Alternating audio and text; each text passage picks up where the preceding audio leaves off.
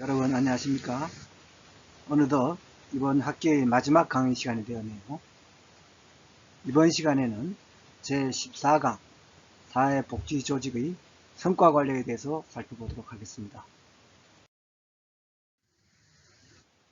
강의 순서는 첫째, 성과관리 이해, 둘째, 사회복지조직의 성과관리에 대해서 알아보도록 하겠습니다.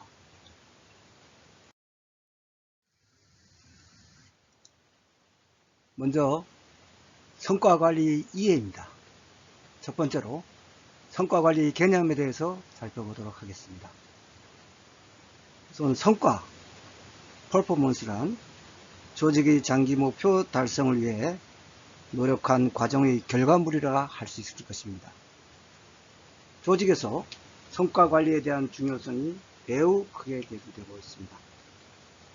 초창기에는 주로 민간 부문에서 성과관리 개념이 적용되어 왔지만 이제는 공공부문에서도 그 중요성이 증대되고 있습니다.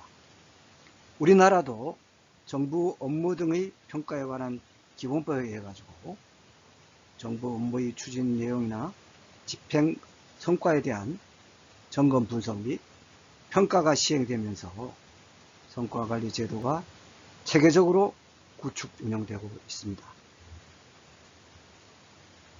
성과관리는 퍼포먼스 마네지먼트, 바로 이러한 그 성과를 증대시키기 위해서 조직의 활동으로서 조직 구성원들이 주어진 성과 목표를 달성하도록 체계적으로 관리하는 것을 말합니다.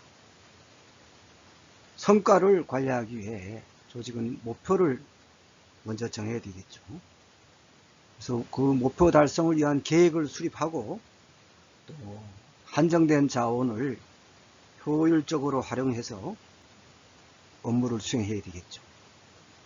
그 후에 조직의 역량과 성과를 정확히 측정해 가지고 그 결과를 전략의 개선이나 또 자원 배분, 개인의 성과 보상에 반영함으로써 조직의 전반적인 효율성을 향상시킨다, 이렇게 말할 수 있을 것입니다.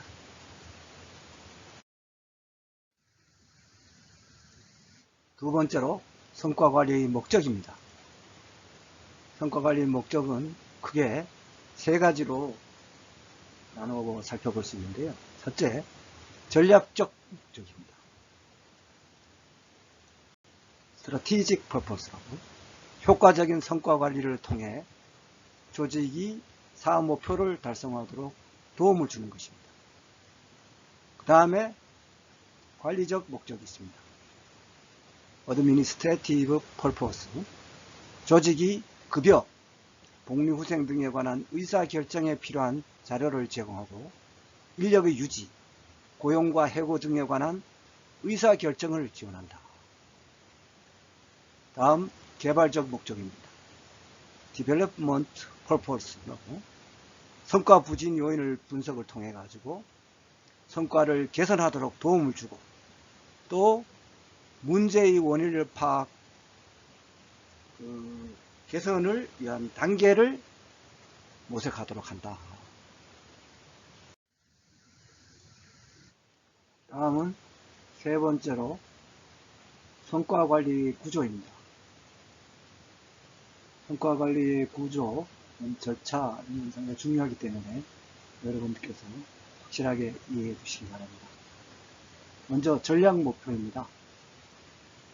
기관의 임무 수행을 위해서 중장기적으로 추진하는 중점 정책 방향.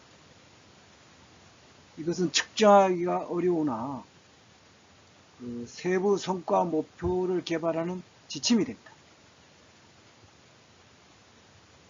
그래서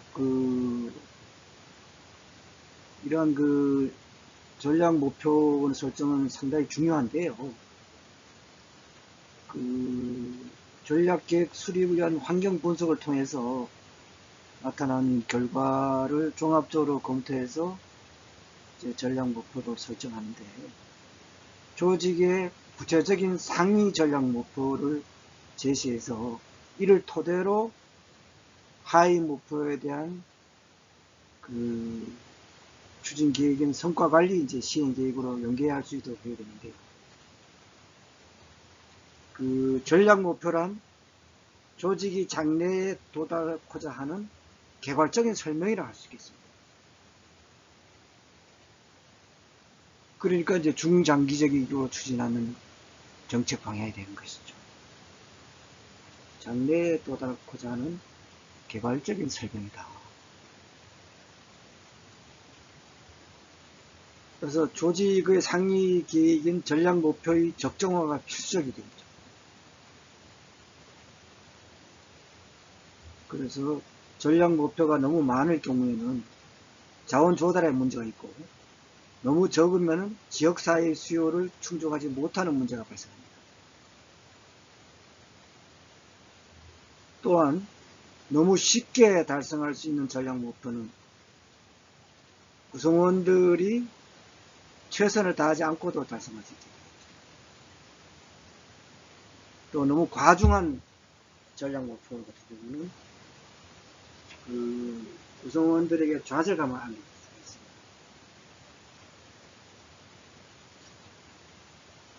그래서 전략 목표의 적정화가 매우 중요하게 되겠습니다. CB에서는 환경 분석에서 도출된 결과, 그 조직의 조직별, 분야별로 세분하여 구체적인 전략을 목표로 제시하는 노력이 필요합니다. 막연하게 추상적으로 목표를 제시하는 것은 곤란합니다. 그래서 전략 목표는 무엇을 위해 어떤 활동을 하는지가 전략 목표에 나타나야 합니다. 그래서 전략 목표의 기술 방식을 무엇을 위해 무엇을 한다, 무엇을 뭐뭐 한다, 이러한 것 같이 완결형 문장으로 전략 목표를 설정해야 한다는 것입니다.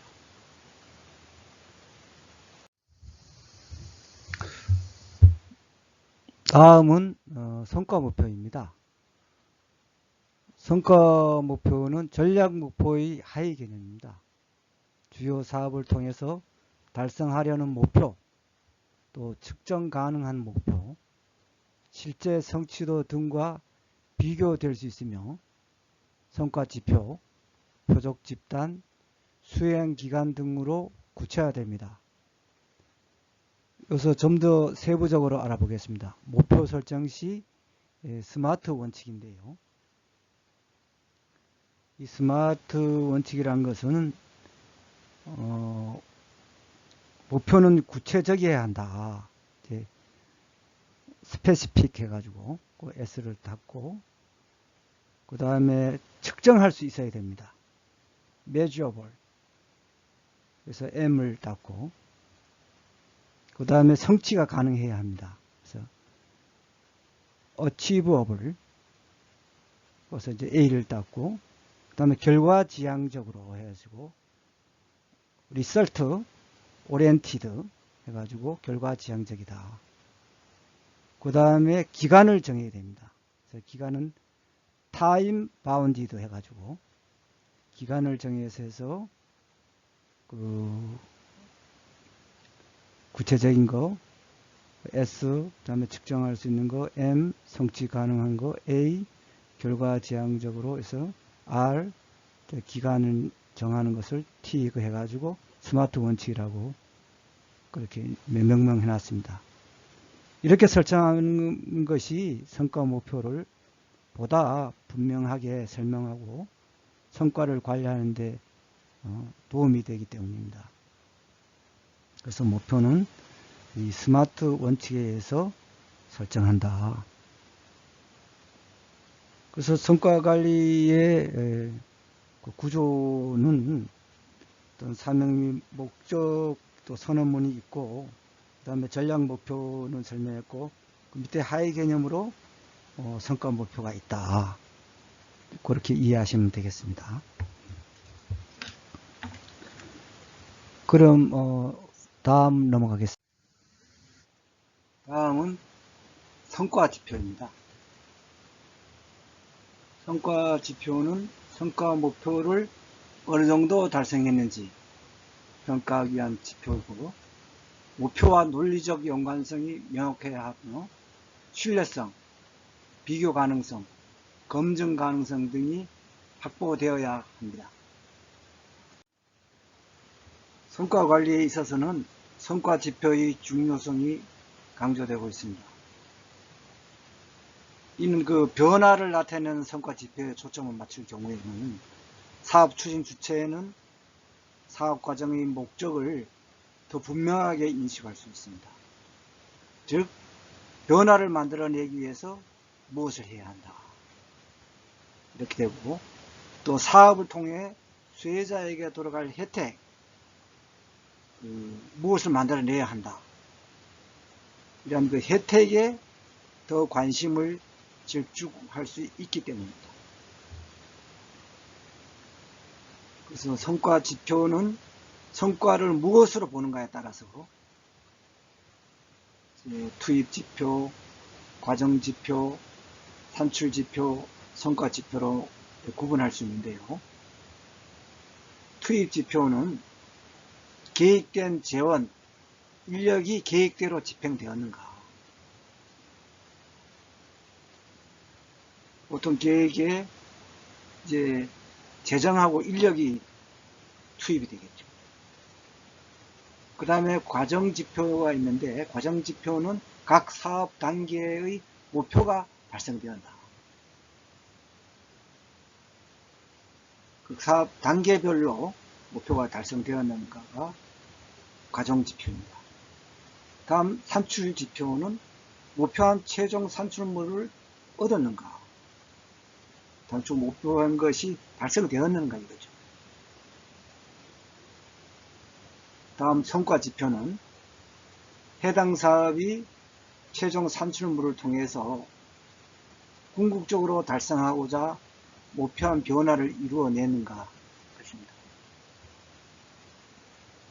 그래서 성과 지표는 어떤 그 정책의 궁극적인 결과가 되는 거죠. 그 목표를 한 변화가 이루어졌는가 이것을 나타내는 것입니다. 그래서 여기 성과 지표, 투입 지표, 과정 지표, 산출 지표, 성과 지표, 여기 이해를 돕기 위해서 성과 관리 과정에서 그 예를 한번 들어보도록 하겠습니다. 실직자를 위한 서비스의 경우에 예산과 인력을 투입해 가지고 그 실직자 등록을 받아 가지고 수당을 지급하고, 또 재취업을 위한 훈련을 실시하고 직업 알선을 제공하며, 그래서 실직자 생활을 안정시키고 장기적 그런 그 취업 지원을 하려게 되는데, 이러할 경우에 서비스 제공을 위해서 배정된 인력이나 예산 같은 경우는 투입 지표가 되겠죠. 또 실직자를 위한 서비스로 자격심사라든가 또 수당 지급, 공공근로사업, 취업훈련, 재취업 알선, 이런 같은 경우는 과정지표가 되겠죠. 각 사업 단계의 목표 달성도니까요. 이런 것이 되겠고, 다음에는 목표한 최종 산출물 같은 산출 지표는 실업수당 얼마나 지급받았는가, 또 수혜자는 몇 명이고 1인당 수혜 금액은 얼마 되는가, 이러한 같은 경우는 산출 지표가 되겠죠. 목표한 최종 산출물. 다음 급여 지급에 따른 그 생활 안정이 어느 정도 되었나, 또 재취업률 같은 거, 재취업이 얼마나 되었나. 그래서 이러한 그 성과 지표가 결국은 궁극적으로 정책을 시행해서 얼마만한 그 성과를 거뒀나, 얼마나 변화를 이루는가, 궁극적인 변화를 이뤄내는가를 나타내는 것입니다.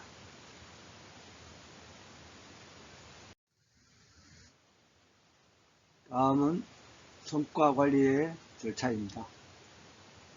이 성과 관리의 절차는 중요한 분야이기 때문에 여러분들의 집중적인 학습이 필요합니다.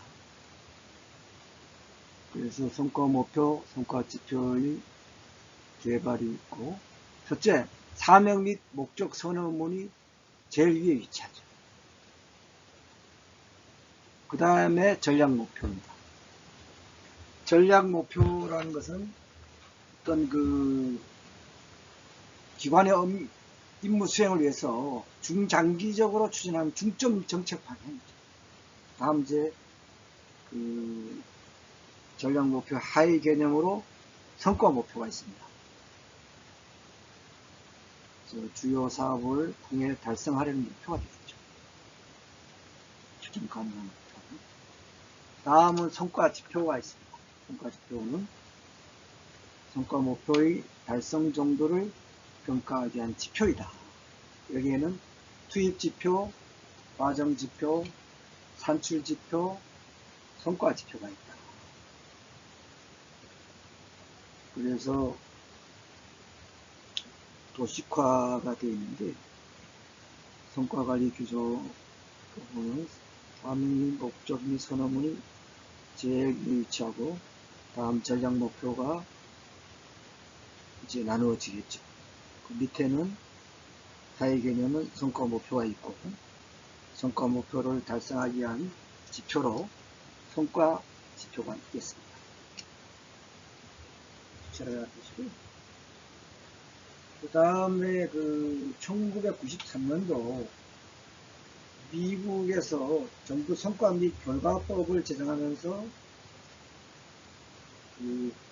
즉 GPRA라는 게 Government Performance and Result Act인데요. 이를 제정하면서 기존의 투입 중심 성과 관리에서 벗어나가지고 행정 업무를 얼마나 효과적으로 이행하고 있는지에 대해 초점이 둔 성과 지향적 성과 관리 방식을 기록했습니다. 그래서 GPR에 의하면은 미 연방정부의 각 행정부처는 최소 3년에 한 번씩 전략 계획을 수립하고요. 이에 따라 매년 성과 계획서와 성과 보고서를 작성하도록 하였습니다. 여기에 대해서 좀 살펴보도록 하겠습니다. 먼저 주기는 전략계획서는 최소한 향후 5년을 대상으로 작성되며 최소한 3년에 두 번씩 갱신하고요. 연간 성과계획서는 매년 향후 1년간의 성과계획을 보고하고, 성과보고서는 매년 과거 3년간의 실적을 보고하는 것입니다. 그 전략계획서는 향후 5년을 이제 최소한 대상으로 작성합니다. 그래서 최소한 3년에 한 번씩 이제 갱신하는 거고, 연간 성과 계획서하고 성과 보고서는 매년 보고를 하는데, 연간 성과 계획은 향후 1년간의 성과 계획을 보고하는 데 관해서, 성과 보고서는 매년 과거의 3년간의 실적을 보고한다. 주요 내용은 전략 계획서는 부처의 주요 기능과 업무를 포괄하는 종합적 임무, 저는 전략 목표, 또 목표 달성 방법, 업무 추진과 과정, 소요 지원에 대한 설명, 전략 목표와 연관 성과 계획 목표 사이 관계에 대한 설명, 또 목표 달성에 큰 영향을 미치는 통제 불가능한 외부적 요인에 대한 설명, 또 전략 목표의 설정 및 수정에 참고하였다. 사업평가에 대한 설명, 그리고 향후의 사업평가 계획이 되겠습니다. 다음 연간 성과계획서의 주요 내용을 보면 사업의 성과 목표를 설정합니다. 또 객관적, 정략적이며 측정 가능한 형태로 성과 목표를 준비합니다. 그러니까 성과 목표는 측정 가능한 형태죠. 다음에 업무 추진 과정과 소요 자원을 설명한다. 또 산출, 서비스 수준, 결과를 측정하고 평가하기 위한 성과 지표를 설정하고 실제의 사업 결과와 설정된 목표 사이 비교 근거를 제시하고 측정된 수치의 타당성을 점검하기 위한 방법을 설정합니다. 그래서 연간 성과 계획서 같은 경우는 좀 구체적이죠.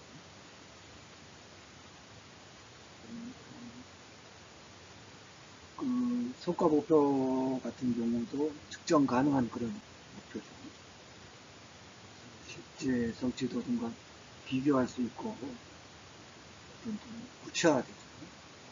성과 보고서의 주요 내용은 성과 목표의 달성 여부를 설명하고 과거 실적을 바탕으로 금년도 성과계획을 평가하는 것입니다.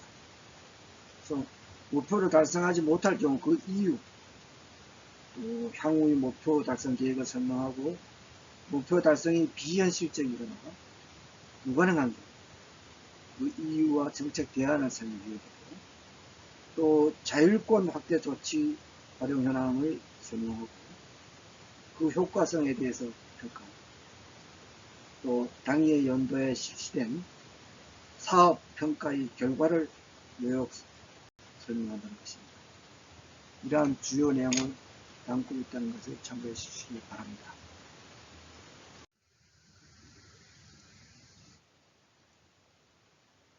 네 번째로 성과 측정과 평가입니다.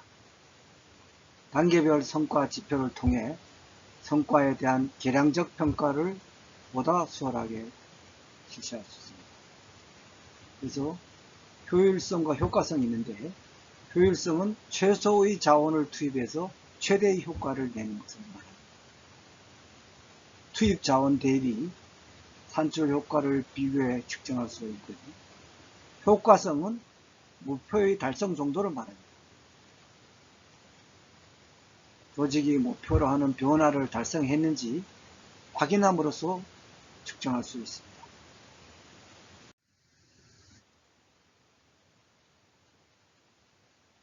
성과관리 절차에서 앞에 살펴본 성과 목표, 성과 지표의 개발이 이루어지면 두 번째로 사업 계획이 수립되죠.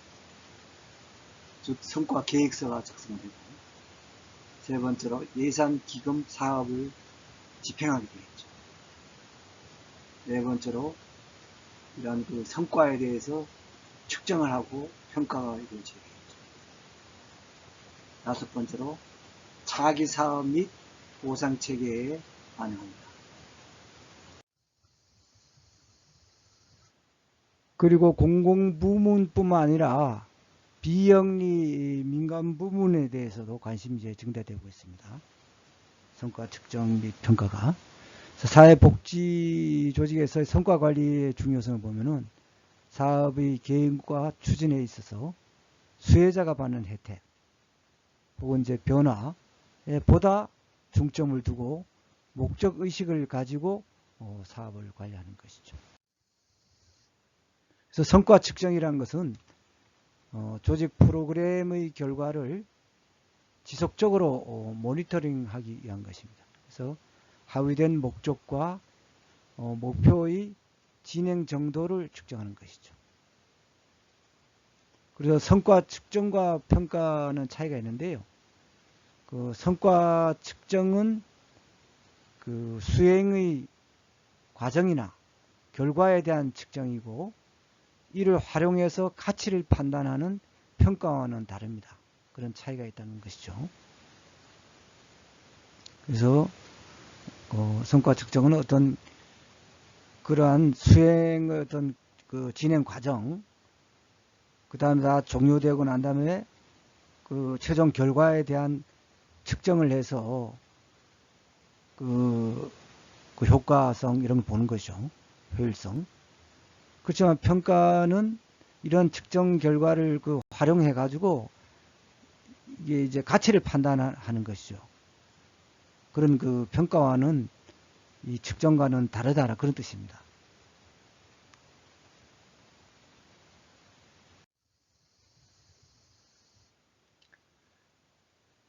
그러면 성과 측정 절차를 한번 살펴보도록 하겠습니다. 첫째, 목적, 목표와 기준 지표의 정렬이고요. 두 번째는 측정 지표의 개발이고, 그 다음에 세 번째는 성과 측정을 위한 자료 수집 계획을 수립하고, 네 번째로 자료의 수집과 측정 결과의 활용입니다. 이걸 하나하나 살펴보도록 하겠습니다. 먼저 목적, 목표와 기준 지표의 정렬입니다. 이건 뭐냐? 무엇을 측정할지를 명확히 해야 되는 것이죠. 그 다음에 측정 지표의 개발은 목표와 기준을 설정하고 지표 요소 간의 타당도를 확인합니다. 그 다음에 측정 지표 개발 시 상식적이고 현실적으로 유용하도록 개발해야 합니다. 현실적으로 유용하도록 개발해야 한다는 것이죠. 측정 지표 개발할 때. 그 다음에 또한 하나의 성과에 대해서 적정한 수의 지표로 측정해야 됩니다. 그러니까 너무 많아도 안 되고 너무 작아도 안 된다는 뜻이죠. 그다음에 양적 및 질적 지표를 모두 사용한 포괄적 지표로도 활용할 수 있습니다. 그런 그 측정 지표를 개발해야 한다는 것이죠. 그 다음에 성과 측정을 위한 자료 수집 계획을 수립해서 그 자료의 수집과 측정 결과의 활용인데 이것은 사업 모니터링과 평가 등에 활용하는 것입니다. 그래서 이상은 그 성과 측정이 이러한 절차로 수행한다 그런 뜻입니다. 그래서 성과 측정 절차에 대해서 알아봤고요.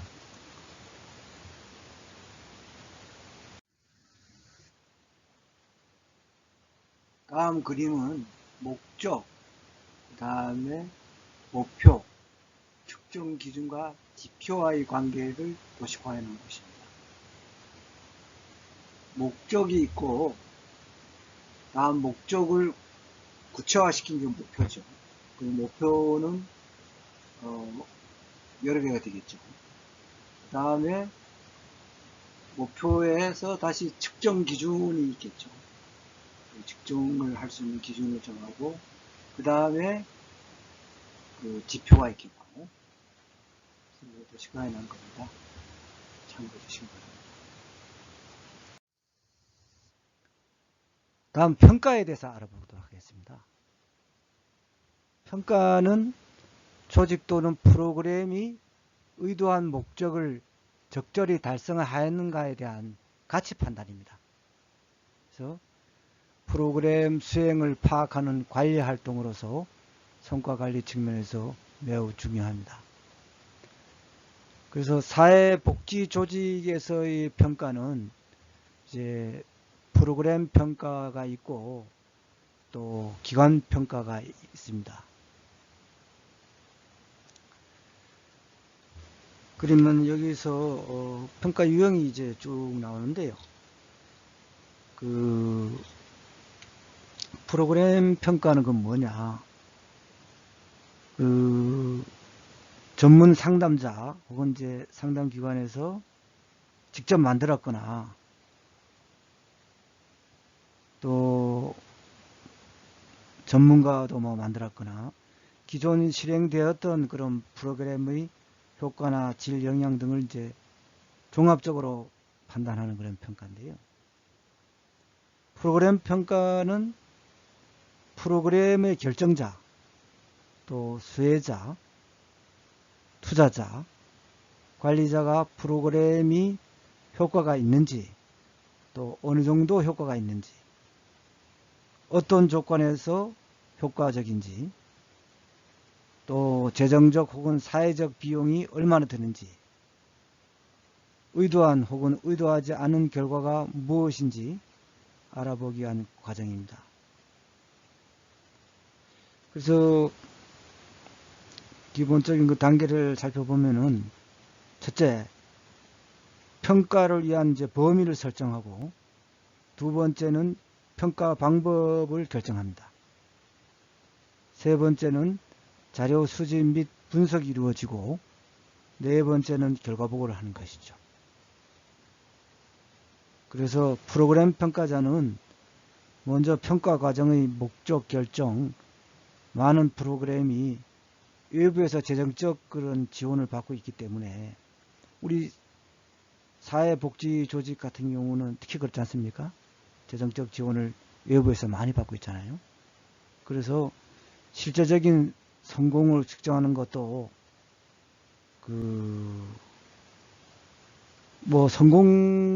성공적으로 수행해야지 계속적 지원이 되겠죠, 사실. 그래서 평가자는 프로그램의 어떤 역사와 현행 목표를 이해하고 평가 과정을 위한 전략적 계획 수립하여 평가 관련해서 제공된 서비스 범위, 비용을 둘러싼 합의 도출, 또 프로그램 평가에는 계획을 세우고 실행하는 것이 중요하다. 그래서 종합평가를 위해서는 과정과 성과에 대한 조사가 모두 필요하다. 이렇게 말할 수 있을 것입니다. 다음 기관평가는 한번 알아보면은, 평가 대상 조직이나 기관을 하나의 측정 평가 단위로 해서 가치를 부여하는 활동입니다. 기관에서 일하는 여러 가지를 다 평가하는 거죠. 평가 대상 기관에서 실시하는 그런 제반 프로그램을 포함해서 전반적인 그런 관리라든가 경영, 또 인사행정, 또 대중에 대한 서비스, 수요자 만족도 등 종합적으로 평가합니다.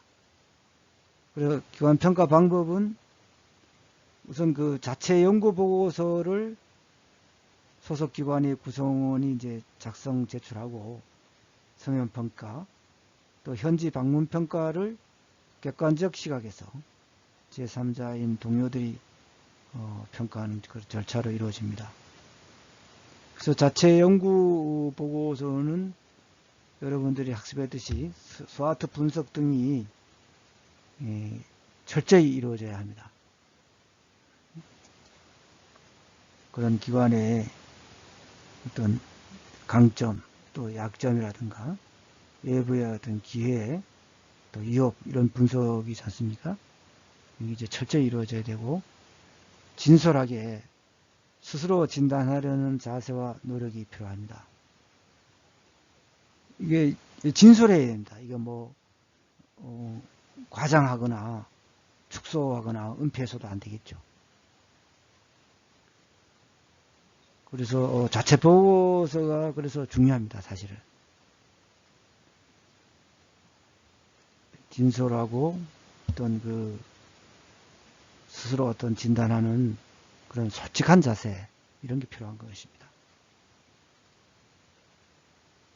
기관 자체의 특수성을 중시하고 그런 보장해 줘야 하기 때문에 획일적인 기준으로 서열화하는 접근보다는 특별한 경우나 특정 목적 성취하려는 것을 제외하고 개별적 그런 특성적으로 이루어지는 것이 바람직하다.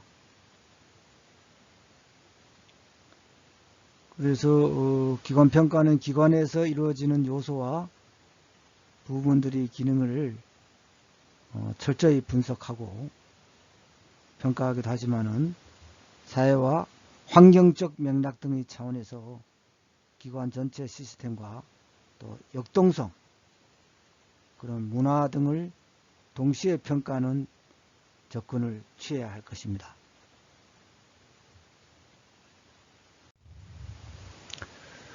다음은 사회복지행정에서의 평가인데요.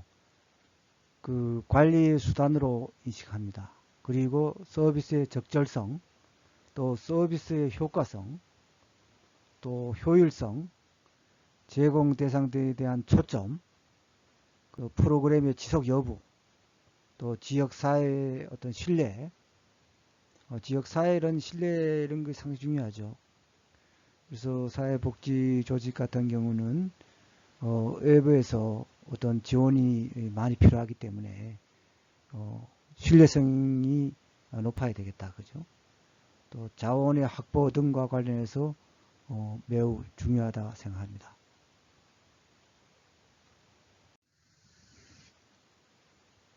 다음은 사회복지 조직에서 평가의 필요성입니다. 첫째, 의사결정에 도움이 됩니다.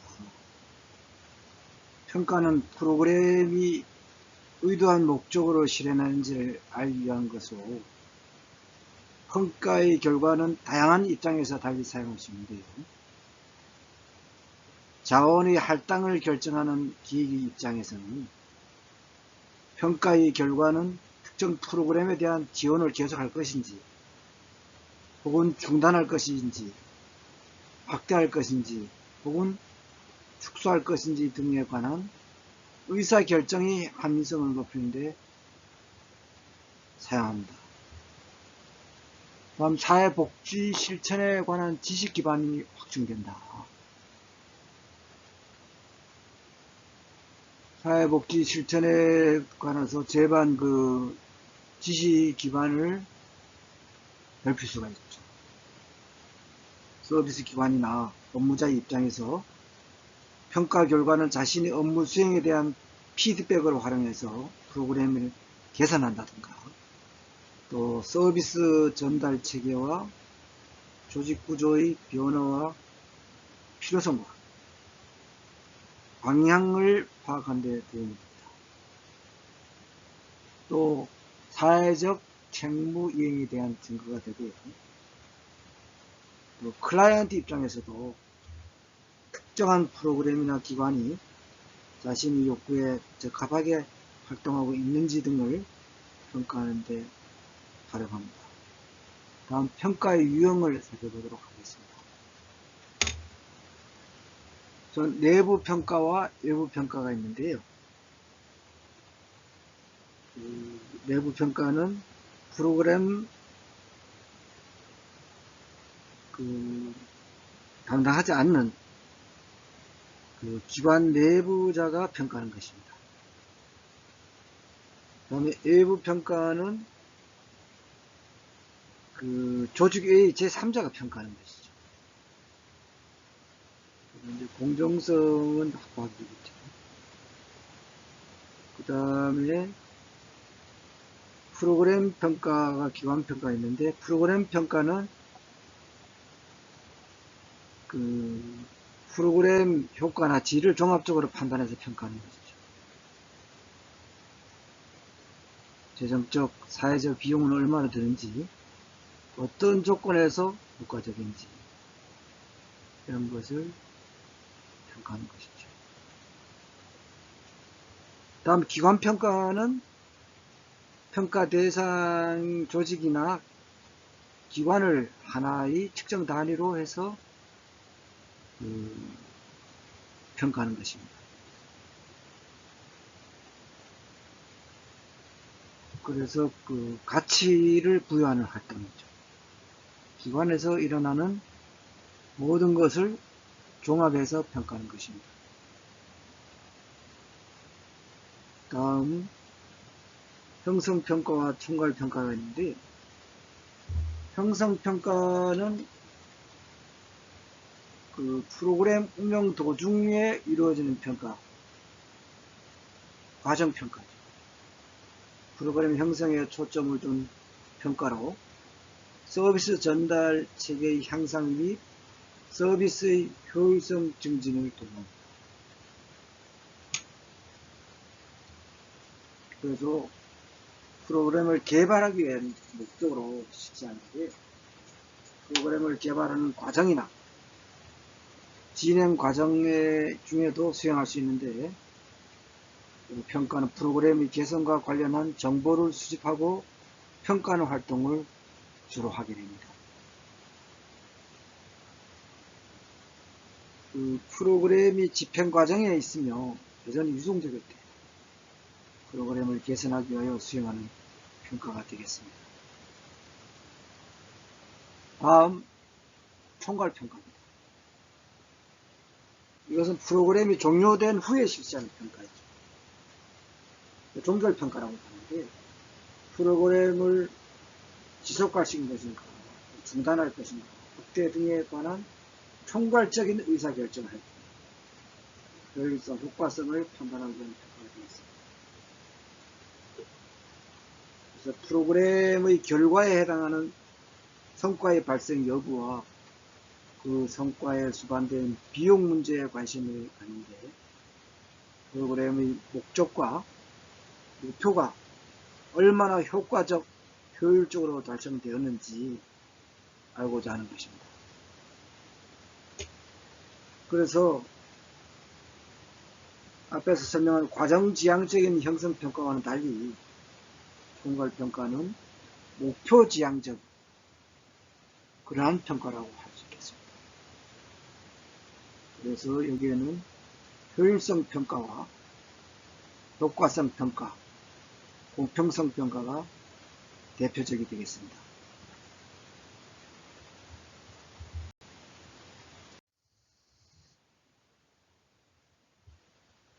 그래서 평가의 과정은 이런 순서로 한다는 거예요.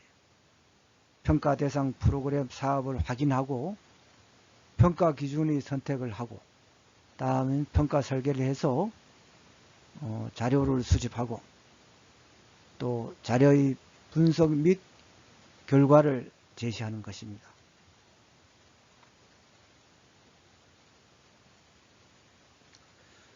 그래서 이 교재에 보면은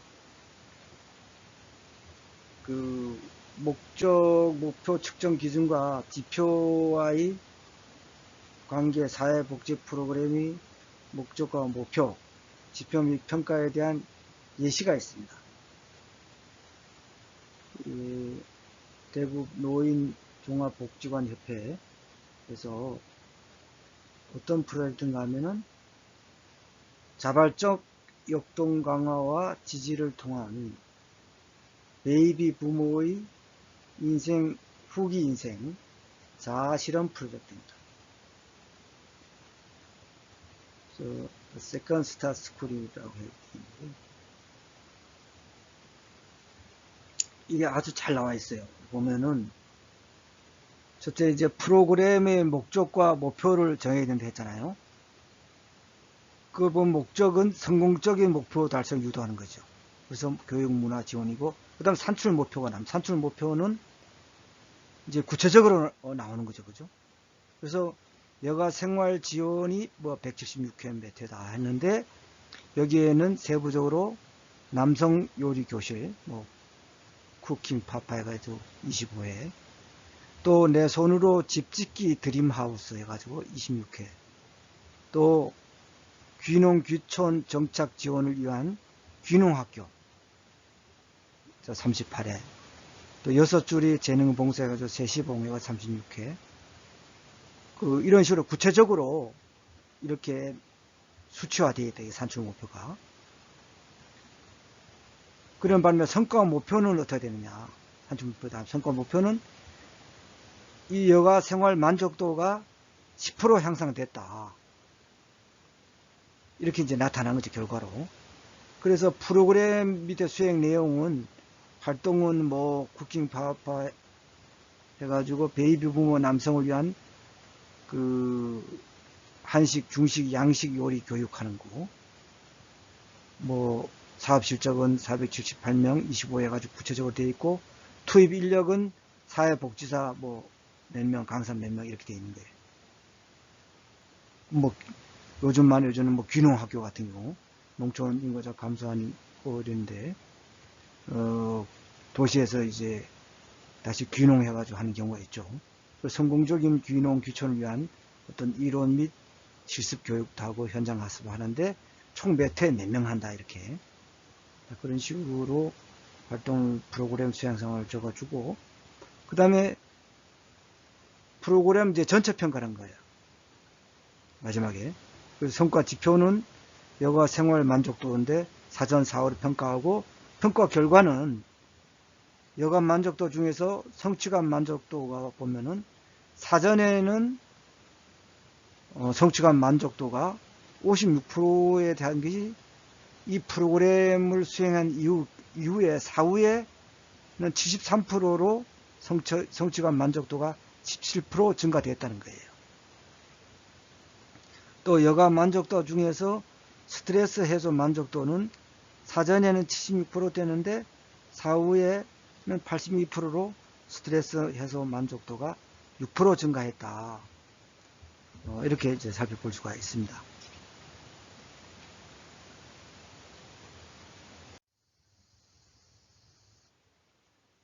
다음 이제 평가의 기준은 노력도 평가를 기준한테 얼마쯤 노력을 기울였냐. 그 다음에 효과성입니다. 목표 달성을 어느 정도 했냐. 또 효율성입니다. 비용 투입대 대비 얼마쯤 산출을 했냐. 최대로 산출했냐 이거죠. 투입에 비해서. 다음은 서비스 질이 얼마쯤 제고가 됐나. 다음 그 과정은 어떠했는지. 이런 것이 평가 기준이 되겠습니다. 다음은 두 번째로 사회복지조직의 성과관리입니다. 먼저 사회복지조직의 성과를 보면은 조직 차원의 성과가 있습니다. 조직의 사명 및 목표 달성과 관련하여 그 조직이 얼마나 효과적이고 효율적인가. 조직 차원의 성과가 있고 다음에 사업 성과 또는 프로그램 성과가 있습니다.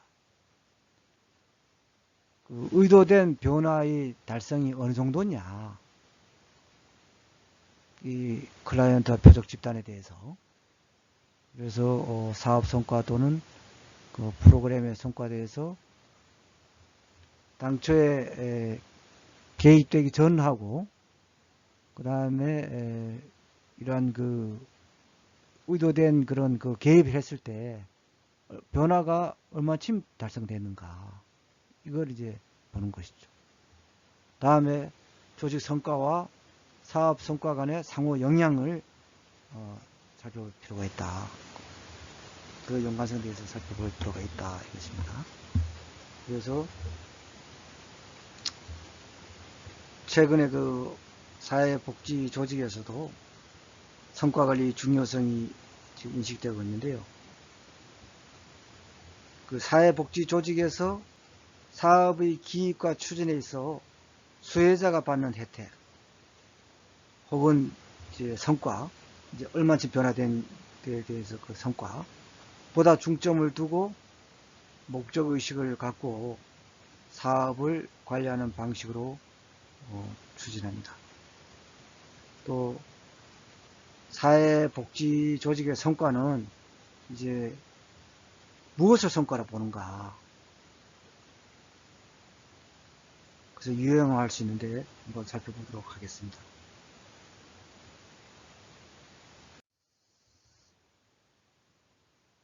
표로 되어 있는데 한번 사회복지 조직의 성과를 보면은 시간으로 최종 성과를 얻기 위해서 먼저 선행해야 되는 하의 성과를 달성해야 합니다. 초기 성과는 단기 성과로 특징은 사업 종료 후 참가자들이 처음으로 경험하는 변화, 인식이나 지식, 기술, 태도 등의 변화죠. 예를 들면 의사소통에 대한 자신감의 향상이 됐다. 그런 처음보다는 어떤 의사소통에 대한 자신감이 향상된 것으로 나타났다 이거죠.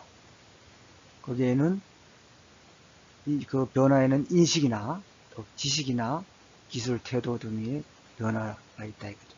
다음 중기성과는 새로 획득한 기술, 지식, 태도 등을 통해 나타나는 행동의 변화다. 이것은 예를 들면 원만한 가족 관계를 형성하는 거. 그 다음에 최종 성과, 장기 성과를 보면은 표적 집단의 의미 있는 변화 또는 상황의 변화, 사회 경제적 상황의 변화, 개인의 어떤 지위 변화 등을 나타내는 것이죠. 다음 표적 집단의 수준 한번 봅시다. 그 프로그램의 성과는 프로그램에 참여한 개인, 소집단, 가족이 얼마만큼 이제 혜택을 입었나. 또 지역사회 성과는 지역사회 내 조직이나 체계, 네트워크 변화로 인해서 지역사회 내 특정 집단의 사람들이 갖게 되는 유익한 점입니다. 이런 성과가 있고요. 조직 성과는 프로그램 수행으로 인해서 클라이언트 성과와 플러스 기관 조직 차원의 성과가 있습니다. 그리고 체계의 성과가 있습니다. 이거는 지역사회 내에서 다양한 조직이 통합적으로 서비스를 제공한 경우 나타나는 시스템의 변화를 얘기하는 것입니다. 그래서 표로 한번 살펴봤고요.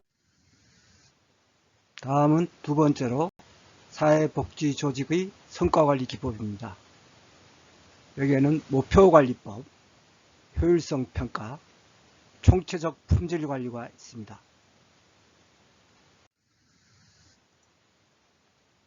먼저 목표관리법입니다. MBO인데요. Management by Objectives. 목표관리법은 사회복지조직에서 많이 사용되는 성과관리 기법입니다.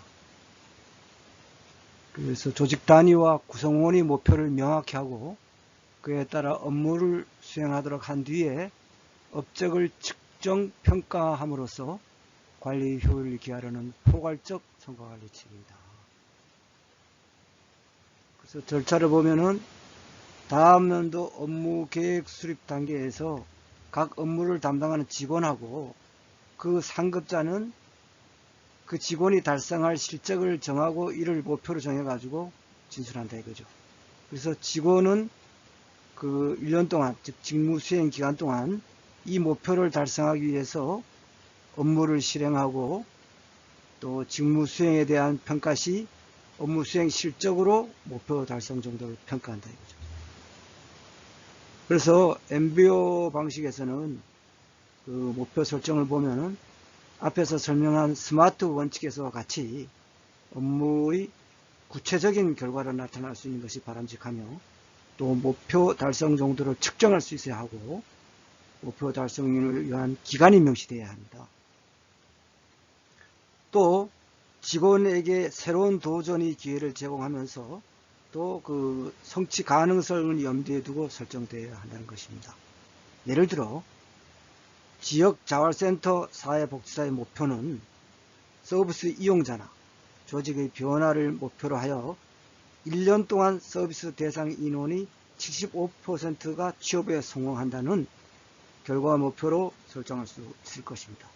또 이러한 결과를 얻기 위한 과정에서 1년 동안 총 2회의 취업 박람회에 참여한다라는 과정 목표를 설정할 수도 있을 것입니다. 두 번째로 효율성 평가입니다. 성과 측정에 있어 효율성은 목표를 달성하는 데 투입된 자원의 양을 평가하는 것입니다. 사회복지 조직에서 효율성 평가는 프로그램에 투입된 자원, 즉 이제 비용이 되겠죠.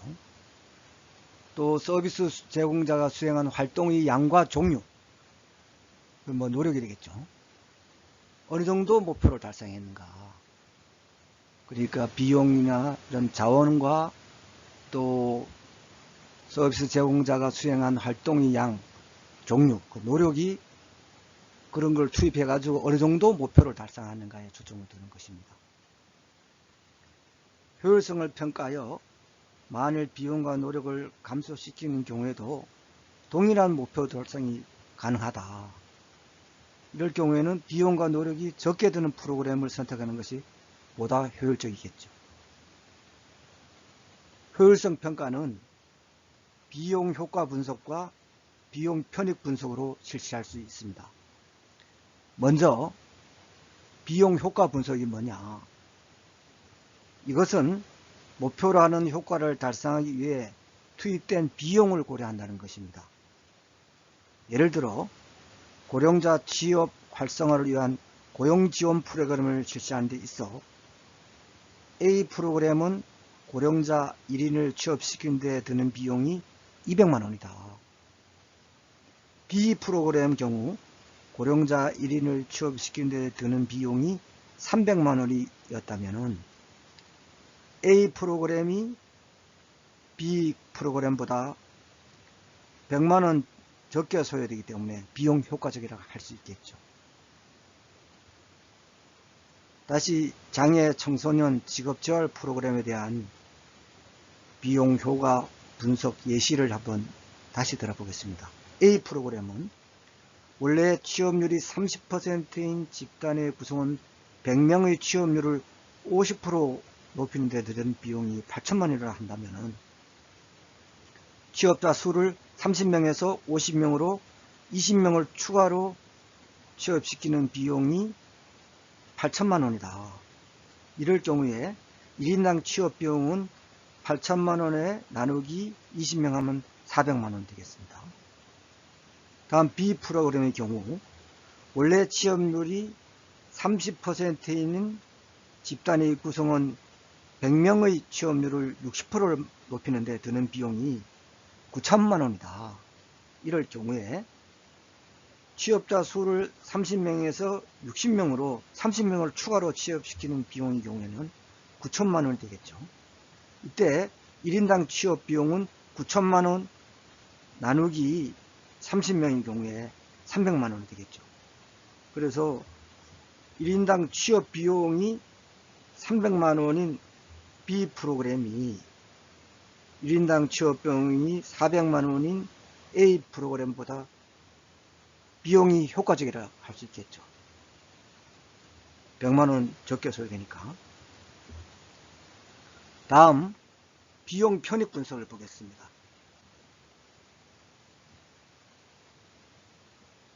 이것은 한 프로그램에 투입된 비용과 그 결과의 금전적 가치인 편익을 비교한다는 것입니다.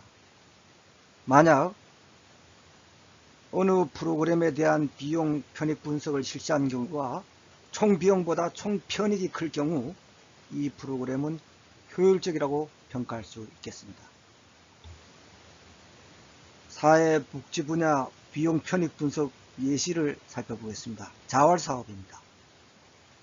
자활사업의 월비용이 5억 원이다.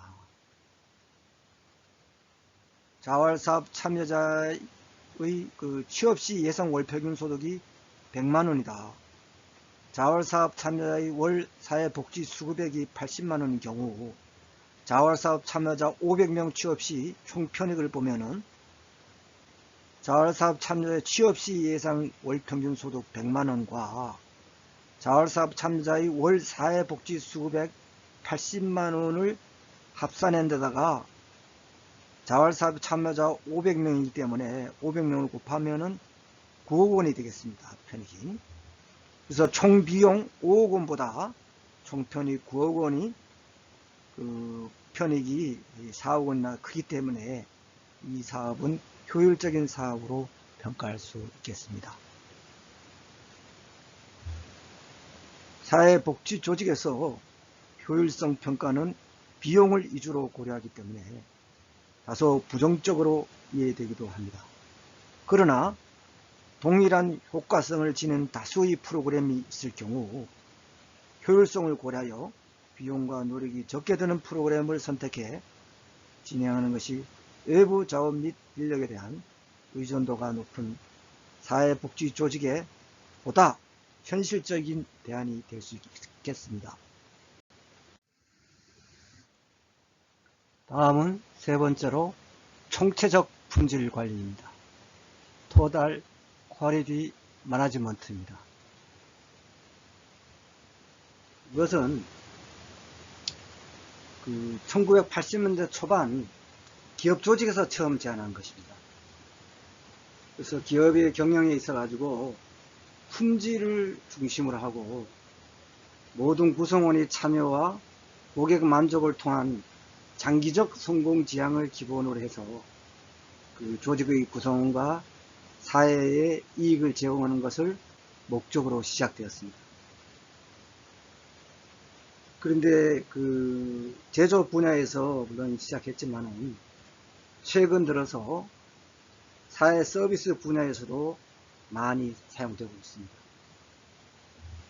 우리나라의 경우에도 사회 서비스의 양적 확대와 더불어 사회 서비스 품질 향상을 위한 품질 관리의 중요성에 대한 사회적 관심이 증대됨에 따라서 사회 서비스 이용 및 이용권 관리에 관한 법률 제30조에 근거해서 사회 서비스에 대한 품질 평가를 실시하고 있습니다.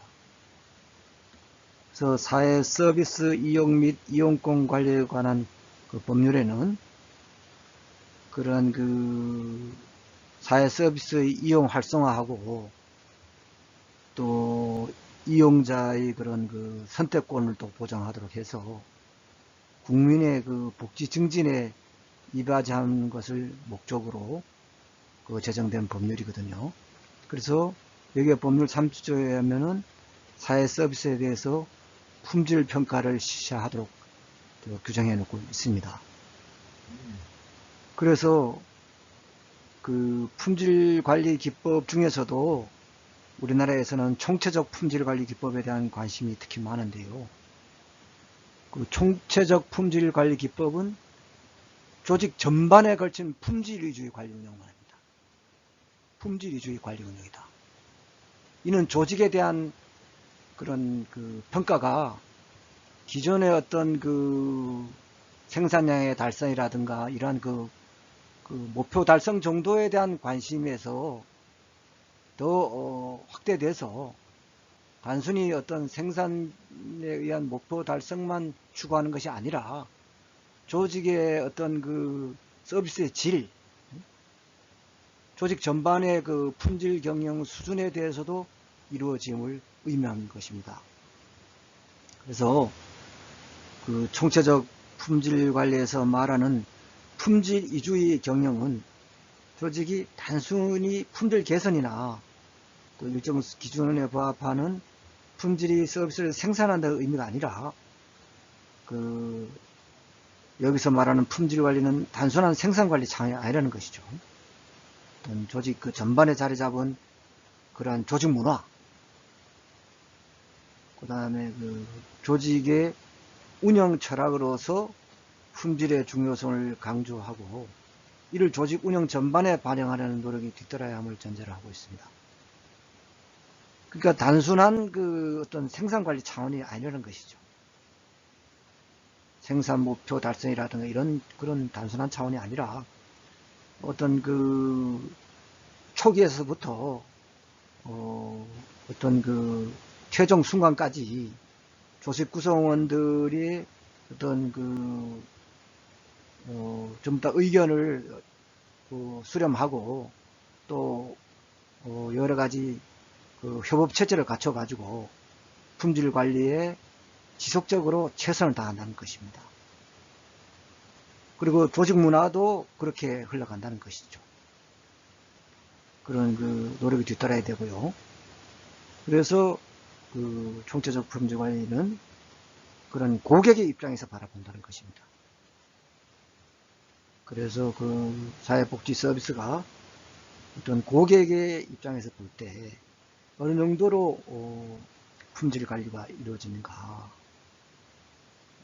이 고객의 입장에서 바라본다. 따라서 조직이 아닌 고객이 원하는 품질을 결정하고 그 품질을 조직의 제품 그리고 서비스 갖출 수 있도록 하는 방법을 모색해야 한다는 것이죠. 그러니까 조직의 어떤 생산 량을 달성해 가지고 목표 달성을 했다, 이만하면 됐다 이렇게 인정하는 것이 아니라 고객이 평가를 해서 이 사회복지 서비스의 어떤 양과 질이 만족하느냐, 이 품질이 제공한 것이 이 클라이언트가 만족하느냐, 여기에 달려 있다는 것이죠. 그래서 이 과정은 그렇기 때문에 조직 내부에서 어떤 하향식으로 진행되는 것이 안 되겠죠. 그래서 직원 간에 서로 의사소통을 활성화해 가지고 그 상호 의견을 교환하고 협력해 가지고 그런 협업 체계도 구축하고 해서 직원들의 어떤 그 역량 강화를 기하고 특히 그 직원들의 어떤 잠재 능력을 향상시키고 조직에 기여할 수 있도록 해야 합니다. 이러기 위해서는 그 교육 훈련 같은 것이 강화되어야 되겠죠. 서로 직원 간에 그런 그 의사소통, 대화도 이렇게 활성화하고 서로 상대방의 그런 의견이 어떤 의견이냐, 의견을 서로 교환해 가지고 또 협력할 건 협력하고 이래 가지고 직원 역량을 강화시켜 가지고 직원들의 그런 잠재 능력을 향상시켜야 되겠죠. 그래서 조직에, 즉 품질 관리에, 품질 향상에 기여할 수 있도록 해야 한다는 것이죠. 그래서 TQM 같은 경우에서는 6가지 원칙을 중요하게 다루는데요. 첫째, 무엇보다 고객이 궁극적으로 품질을 결정한다 이거죠. 그러니까 어떤 사회복지 서비스 기관이나 단체, 시설에서 품질을 결정하는 것이 아니라 고객이 어떤 그 사회 서비스 제공하는 것에 대해서 품질이 어느 정도냐, 이것을 궁극적으로 결정한다는 것이죠. 둘째, 품질은 생산 또는 서비스 과정의 마지막 단계 이전인 초기 단계부터 고려해야 한다는 것이죠. 그러니까 품질 관리가 그런 서비스 제공 어떤 그런 초기 단계부터 고려돼 가지고 마지막 단계까지 이어진다는 것이죠. 그러면서 그러한 그 서비스 제공이나 처리하는 과정에서 처음서부터 어떤 그 구성원 간에 서로 그 의견 교환도 하고 해가지고 또 협업할 건 협업하고 또 협력해가지고 계속 지속적으로 서비스 생산 품질 또 그 품질 관리 같은 경우는 생산 또는 서비스 과정 이런 과정에서 지속적으로 향상을 기하기 위해서 서로 협력을 하고 해서 마지막 단계까지 고려돼서 궁극적으로는 고객의 품질을 잘 됐다 못 됐다 결정한다 이거죠. 고객한테 달려있다. 셋째, 품질이 변질되지 않도록 예방하는 것이 고품질 생산에 있어서 핵심이 되겠습니다. 그리고 넷째, 품질은 조직 구성원의 개인적 노력보다는 조직 체계 내에서 함께 일하는 사람들부터 생겨나는 것이다. 조직의 어떤 그런 그 구성원들의 전체가 자율적으로 참여를 해가지고 서로 의사소통을 해서 좋은 그 서비스 이익을 제공하는 것이죠. 그리고 그 품질은 투입과 과정의 지속적인 개선으로부터 생겨나는 것이고요. 여섯째, 품질의 개선은 모든 조직 구성원들의 참여와 헌신이 필요하다 하겠습니다. 그래서 사회복지조직은 복지조직이 제공하는 양질의 서비스는 기관이 클라이언트를 안정적으로 확보할 수 있도록 되겠죠. 그래서 고객의 의견 반영에 대한 강조와 품질을 강조하는 운영 철학은 클라이언트에 대한 실천 가치와도 유사한 맥락에서 적용되기 때문에 총체적 품질 관리에 대한 관심을 보이지 않을 수 없겠죠. 그래서 사회복지 조직들이 TQM 모델을 활용한 성과 관리에 관심을 두는 이유는 뭐냐? 이렇게 볼 때, 첫째, 현대사회의 사회복지 조직은 클라이언트나 대중, 후원자로부터 또 신뢰성을 상실하는 품질 위기를 경험하고 있습니다. 이 사회복지 조직 같은 경우는 외부 자원에 더 많이 의존할 수밖에 없죠. 자원은 또 한정되어 있고 그렇게 하기 때문에 지역사회나 또 타기관 시설단체 이런 데 대해서 또 그런 후원자로부터 그런 지원을 또 후원받고 또 기부도 받고 이렇게 해서 마케팅 활동이 이루어지는 것이죠. 그런데 이런 신뢰성을 상실하는 품질 위기를 경험하고 있다. 둘째, 양질의 서비스는 기관이 필요로 하는 고객을 확보할 수 있도록 해주고 이는 잃어버린 신뢰성을 확보하는 계기를 마련해 줄 수 있기 때문이죠. 셋째, 양질의 서비스는 확보는 추가적인 비용이 있어야 하는 것은 아니기 때문입니다. 그래서 노력도에 따라서 양질의 서비스가 이루어질 수 있죠. 넷째, 과거의 다른 기법과는 달리 품질 관리는 전통적 사회복지의 가치와 양립하는 이유가 되겠습니다. 그래서 사회복지 분야에서는 근래에 서비스 공급 방식이 급속도로 변화하고 있습니다. 특히 재정 공급의 방식이 포괄 보조금에서 바우처나 서비스 구매 계약 방식 등으로 바뀌면서 기관 간 경쟁을 유발하는 제도적 환경이 조성되고 있습니다.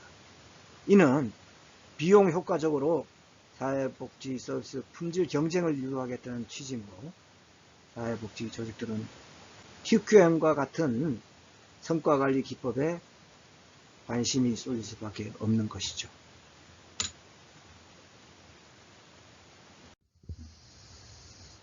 다음은 세 번째로 사회복지 조직에서의 평가에서 사회복지시설의 평가입니다.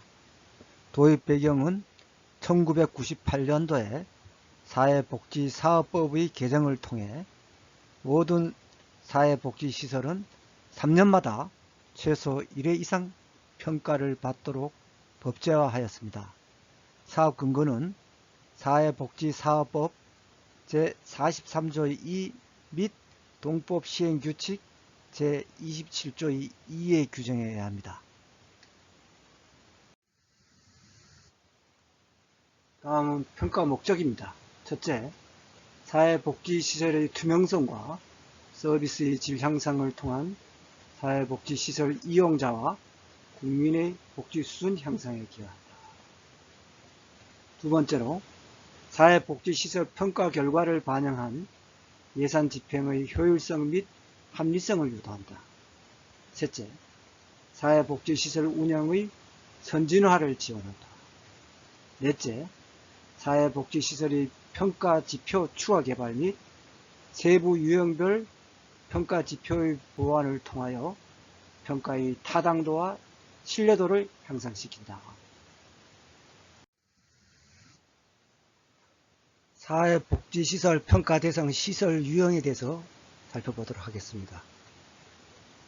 2017년도에는 평가 대상 사회복지시설로는 정신요양시설, 사회복귀시설, 노숙인 복지시설, 장애인 복지관이 되겠고요.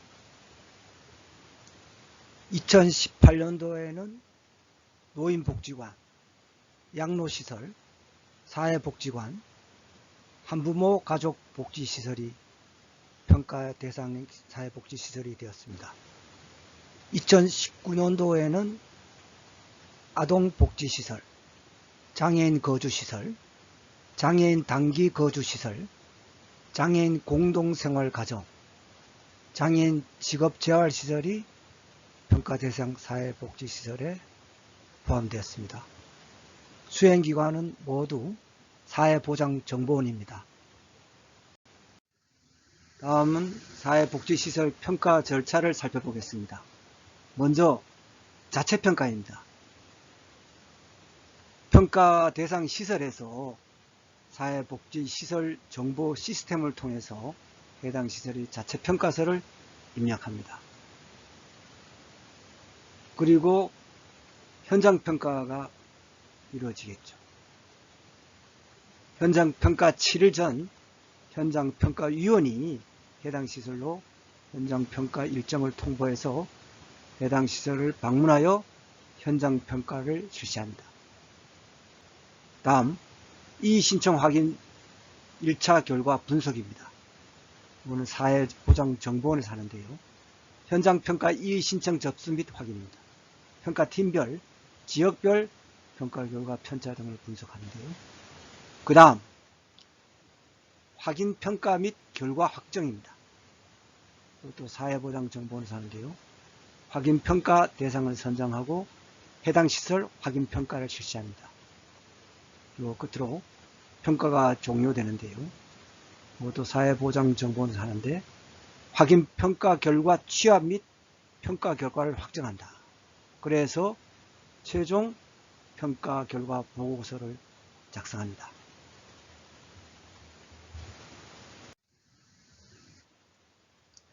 지금까지 사회복지조직의 성과관리에 대해 살펴봤는데요. 이번 주 과제를 부여하겠습니다. 성과관리 구조에서 전략목표, 성과목표, 성과지표는 무엇이며 그 연결체계에 대하여 설명하시오입니다. 코로나19 지속과 비대면 수업으로 인한 어려운 여건 하에서도 한 학기 동안 학습에 전심전력을 기울여주신 여러분께 감사드리며 앞날의 무궁한 영광과 발전을 기원합니다.